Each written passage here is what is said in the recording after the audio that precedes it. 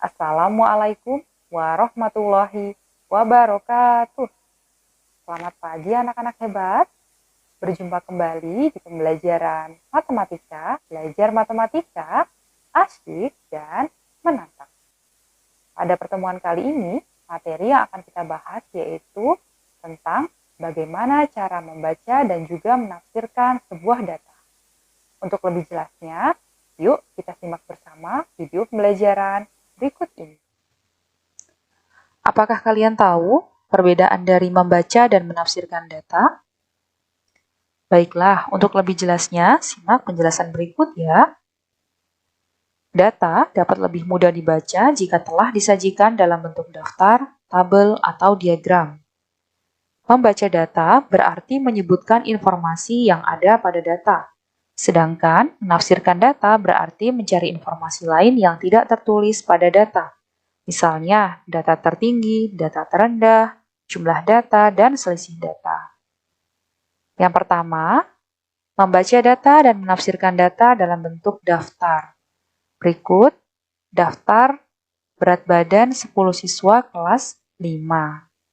Dari daftar tersebut diperoleh informasi yang pertama, siswa dengan berat badan 31 kg ada 1 orang. Siswa dengan berat badan 32 kg ada 2 orang. Siswa dengan berat badan 33 kg ada 2 orang. Siswa dengan berat badan 34 kg ada 2 orang. Siswa dengan berat badan 35 kg ada 2 orang. Siswa dengan berat badan 37 kg ada 1 orang. Selain itu, ada informasi lain yang dapat kita peroleh dari bentuk daftar tersebut.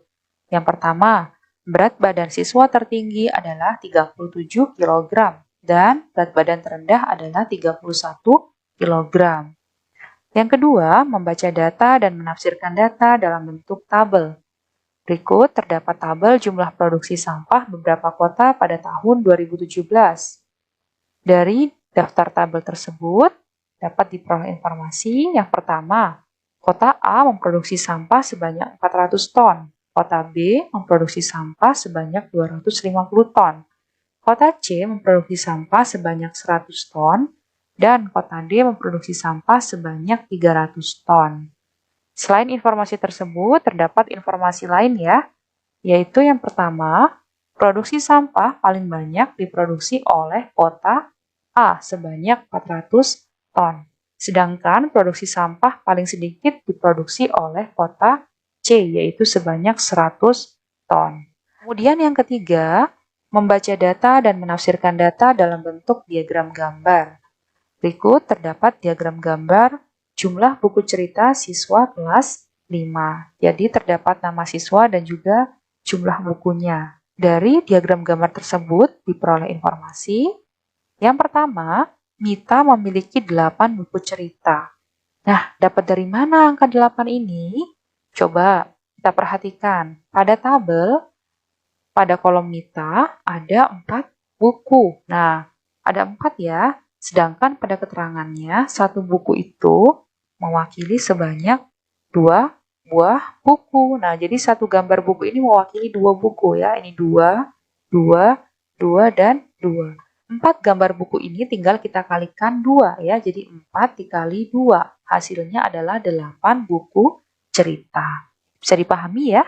Berikutnya, Bayu memiliki 4 buku cerita ya. Jadi 2 gambar buku yang dimiliki Bayu dikali 2, hasilnya adalah 4. Kemudian Fitri memiliki 6 buku cerita. Edo memiliki 2 buku cerita dan Ajeng memiliki 10 buku cerita. Nah, selain itu, informasi lain yang kita peroleh adalah Ajeng memiliki buku cerita paling banyak, yaitu sebanyak 10 buku cerita. Kemudian, Edo memiliki buku cerita paling sedikit, yaitu sebanyak 2 buku cerita. Keempat, membaca data dan menafsirkan data dalam bentuk diagram batang. Berikut terdapat diagram batang nilai ulangan matematika siswa kelas 5. Nah, jadi ini mirip seperti pelajaran koordinat kemarin ya anak-anak ya. Pada sumbu mendatar atau sumbu X ini mewakili nilai. Kemudian pada sumbu tegak atau sumbu Y ini mewakili banyak siswanya. Jadi, informasi yang dapat kita peroleh dari diagram batang tersebut adalah yang pertama, sebanyak 4 siswa memperoleh nilai 60. Apakah benar? Coba kita lihat.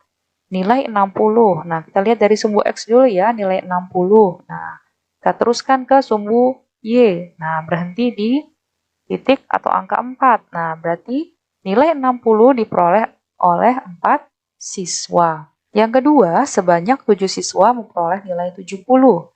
Kenapa bisa 7 siswa? Coba kita perhatikan ya. Ini nilai 70, kita tarik ke atas ke sumbu tegak. Nah, di sini kan di tengah-tengah antara angka 6 dan 8 ini ada angka 7 ya. Jadi kalau ini kita tarik garis putus-putus, maka di sini ada angka 7 ya. Berikutnya, sebanyak 9 siswa memperoleh nilai 80, sebanyak 10 siswa memperoleh nilai 90. Informasi lain yang dapat kita peroleh adalah siswa kelas 5 paling banyak mendapatkan nilai 90 dan paling sedikit mendapat nilai 60. Kemudian, jumlah siswa kelas 5 seluruhnya adalah 30 siswa. Kemudian yang kelima, membaca data dan menafsirkan data dalam bentuk diagram garis. Nah, berikut terdapat diagram garis hasil panen jagung Desa Makmur ya, mulai dari tahun 2014 sampai dengan tahun 2017. Hasil panennya dalam satuan ton. Informasi yang dapat kita peroleh adalah yang pertama, hasil panen jagung tahun 2014 sebanyak 20 ton. Hasil panen jagung tahun 2015 sebanyak 25 ton. Hasil panen jagung tahun 2016 sebanyak 30 ton. Hasil panen jagung tahun 2017 sebanyak 25 ton. Informasi lain yang dapat kita peroleh adalah hasil panen jagung tertinggi terjadi pada tahun 2016, yaitu sebanyak 30 ton. Hasil panen jagung selama 4 tahun, yaitu sebanyak 100 ton. Selanjutnya, yang keenam, membaca data dan menafsirkan data dalam bentuk diagram lingkaran. Diagram lingkaran merupakan diagram yang menyajikan data dalam bentuk sebuah lingkaran yang dibagi menjadi beberapa bagian atau juring. Setiap juring dibuat berdasarkan besar persentase atau besar sudut dalam satuan derajat setiap data. Selanjutnya, yang pertama, kita akan membaca data dan menafsirkan data dalam bentuk diagram lingkaran yang menggunakan satuan persen. Di sini terdapat diagram lingkaran buah kesukaan siswa kelas 5 dengan jumlah siswa kelas 5 totalnya ada 40 siswa atau 40 orang ya. Nah, informasi yang dapat kita peroleh yang pertama, sebanyak 20% dari jumlah siswa menyukai apel. Ya, terlihat pada diagram apel disukai oleh 20% siswa. Nah, banyak siswa yang menyukai apel, kira-kira ada berapa orang ya? Cara mencarinya adalah, nah, persentase apel kan 20% ya. Nah, maka 20%, kita tulis 20% per. Kemudian satu lingkaran penuh tadi, karena sini satuannya adalah persen, maka satu lingkaran penuh sama dengan 100%, maka per 100%. Kemudian kita kalikan dengan jumlah siswa kelas 5, ada 40. Ya. Oke, ini sama saja dengan yang pada tabel berikut. Nah, kemudian kalau sudah sampai 20 per 100 dikali 40, kita sederhanakan terlebih dahulu. 100 dengan 40 sama-sama dibagi 20 ya. Hasilnya adalah 2 dengan 5. Kemudian 20 dengan 5 masih bisa disederhanakan, sama-sama dibagi 5, menghasilkan angka 4. Nah, kemudian 4 dikali 2 hasilnya adalah 8 siswa. Jadi banyak siswa yang menyukai buah apel, ada 8 siswa.